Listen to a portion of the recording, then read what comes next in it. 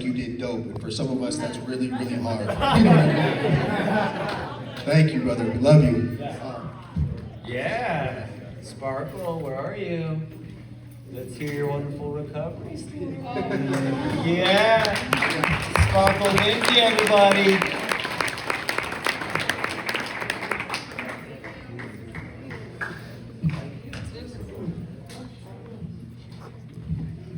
Hey guys.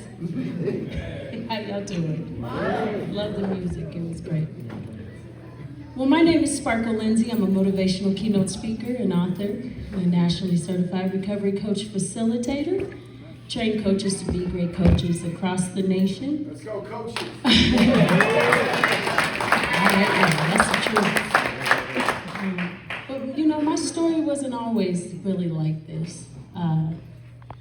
My story started, there's a family of us of 5, so I have 3 brothers and a sister, and I grew up in a pretty good home. Grew up in a good home, loved my father, my family, all of those things. Went to school, got my master's, or I'm working on my master's in April.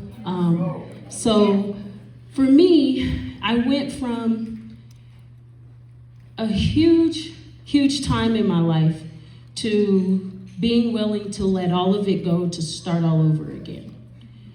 The first piece of adversity I had in my life really involved, I played college basketball at Colorado Mesa University, and I was extra excited, got a full ride scholarship to play, and probably about 3 weeks in, I started noticing things going on with my eye. My left eye was drooping and I getting real sick.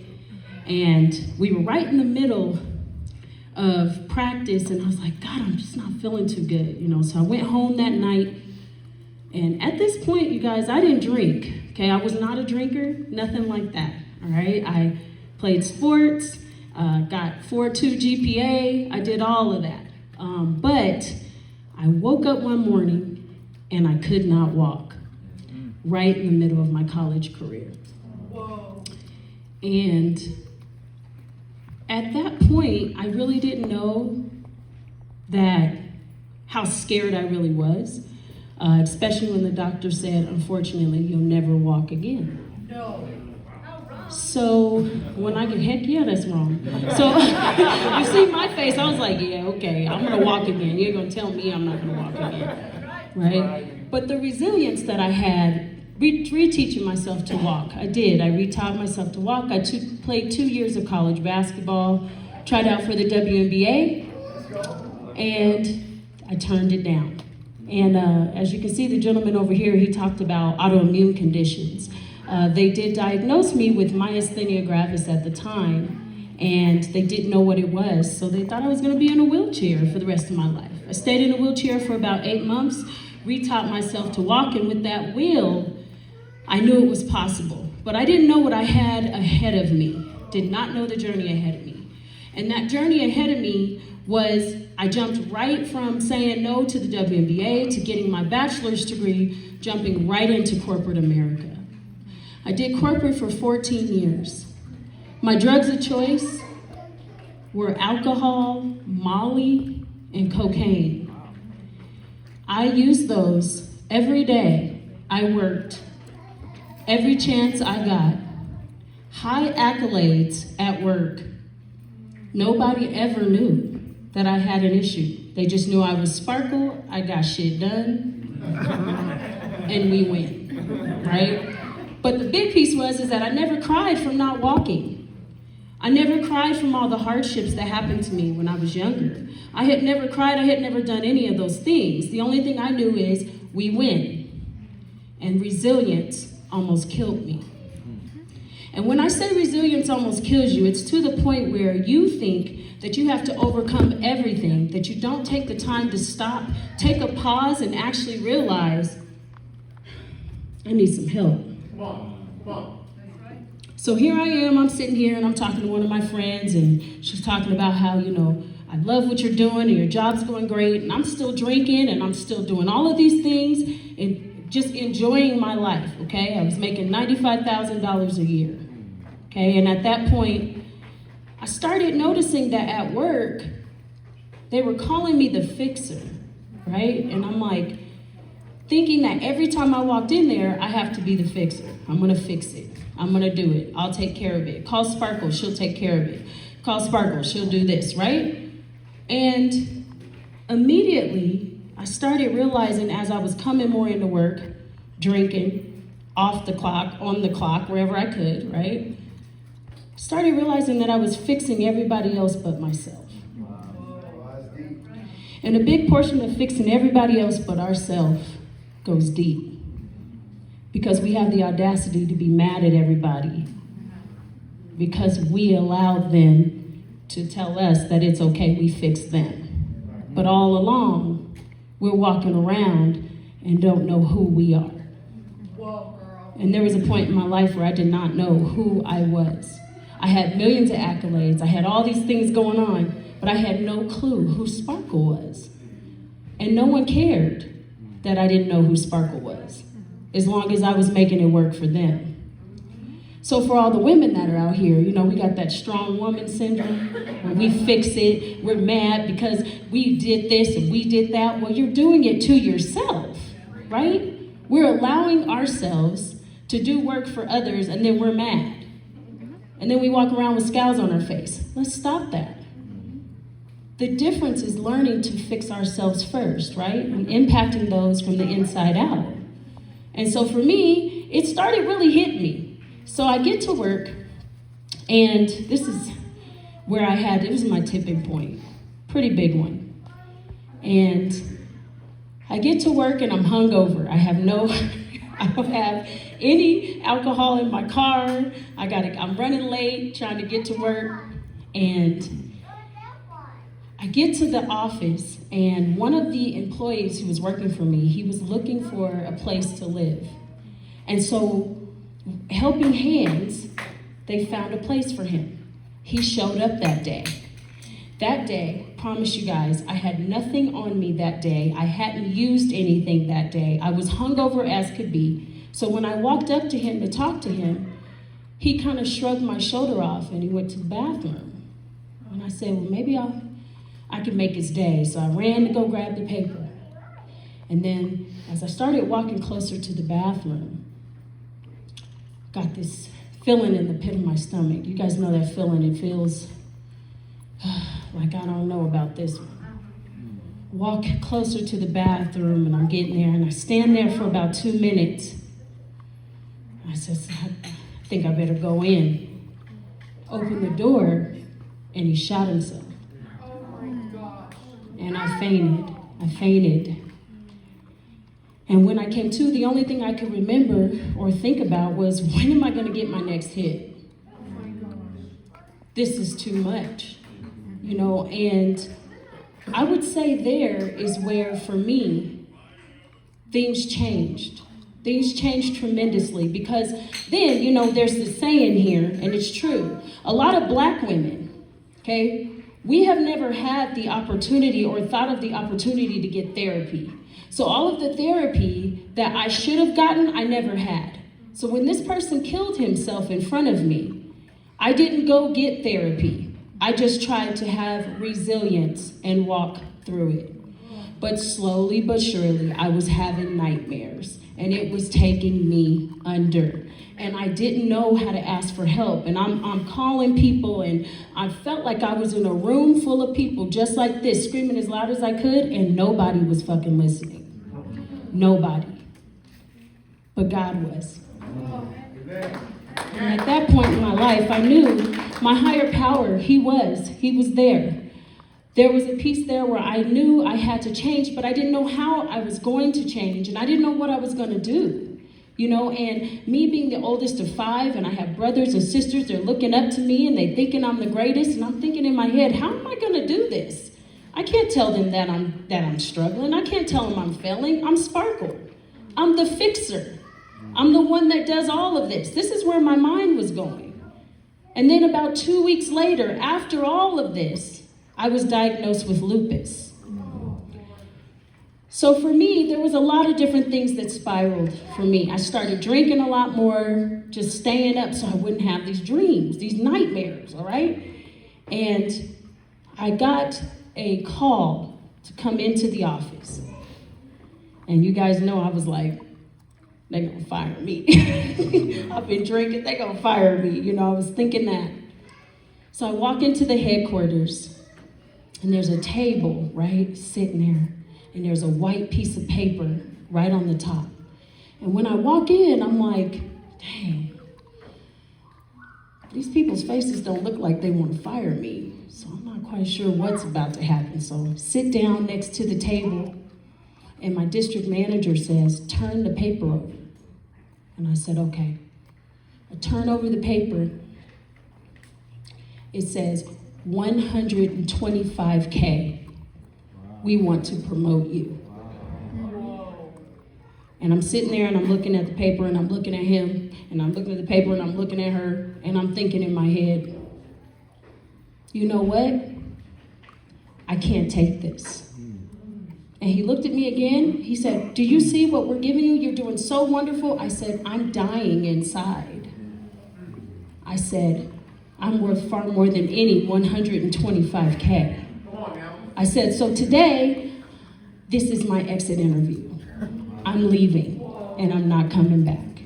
And he said, well, we'll hold your position. I said, don't hold my position. This isn't for me anymore. I've got to take my life back. So I got up.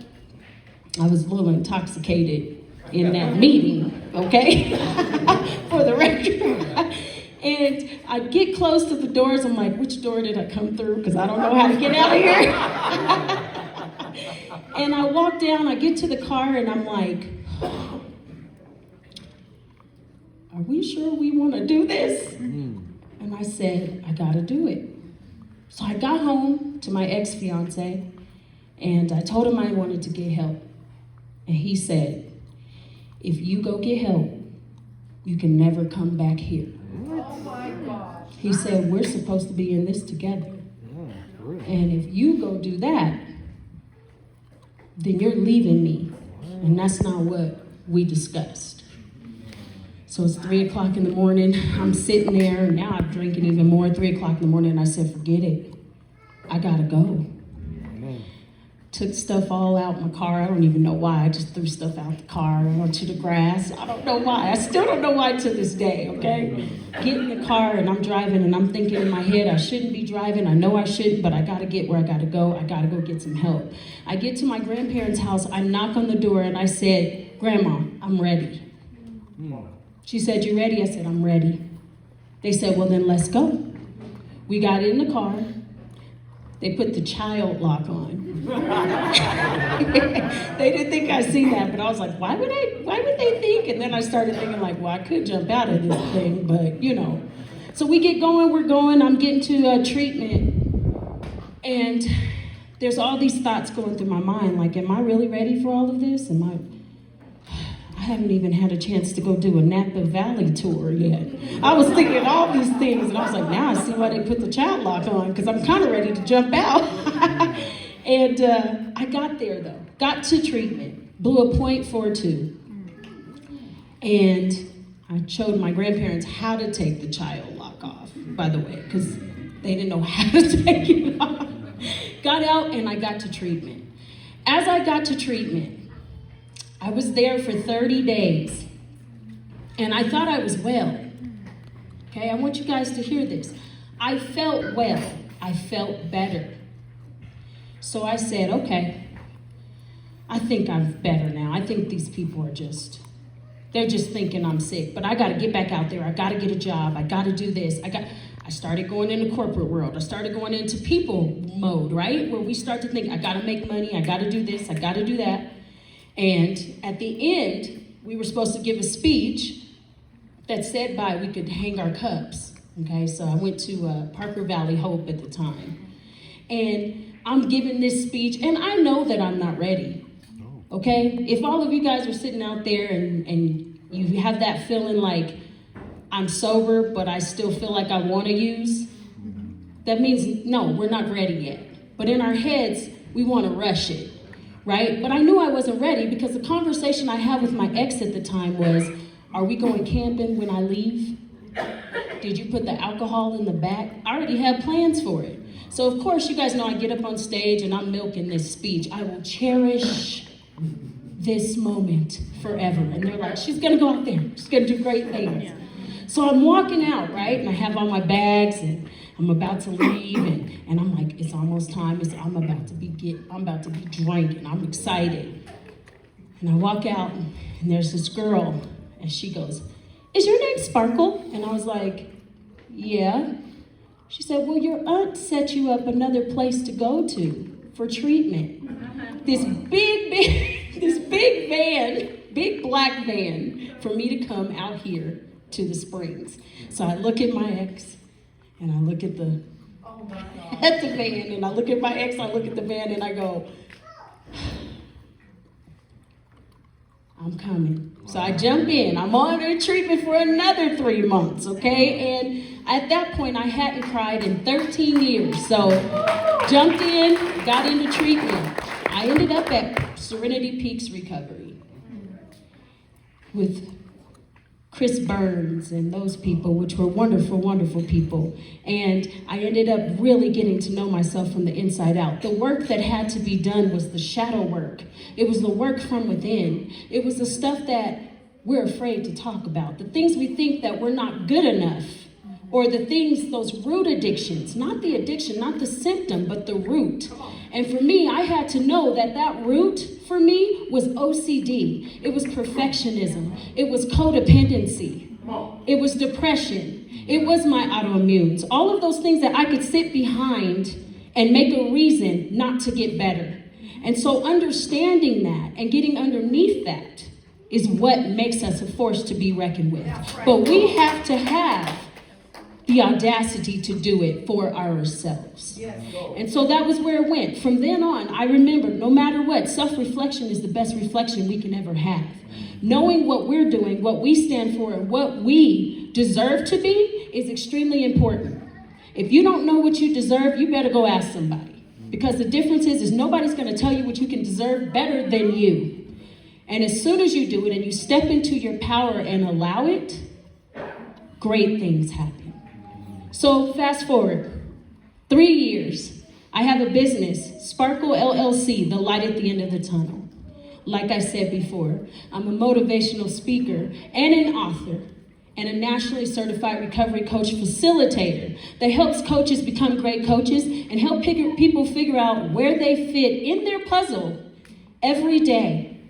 And every day, for 4 years, 7 months of my sobriety, I have never stopped giving up on me, nor giving up on any of you.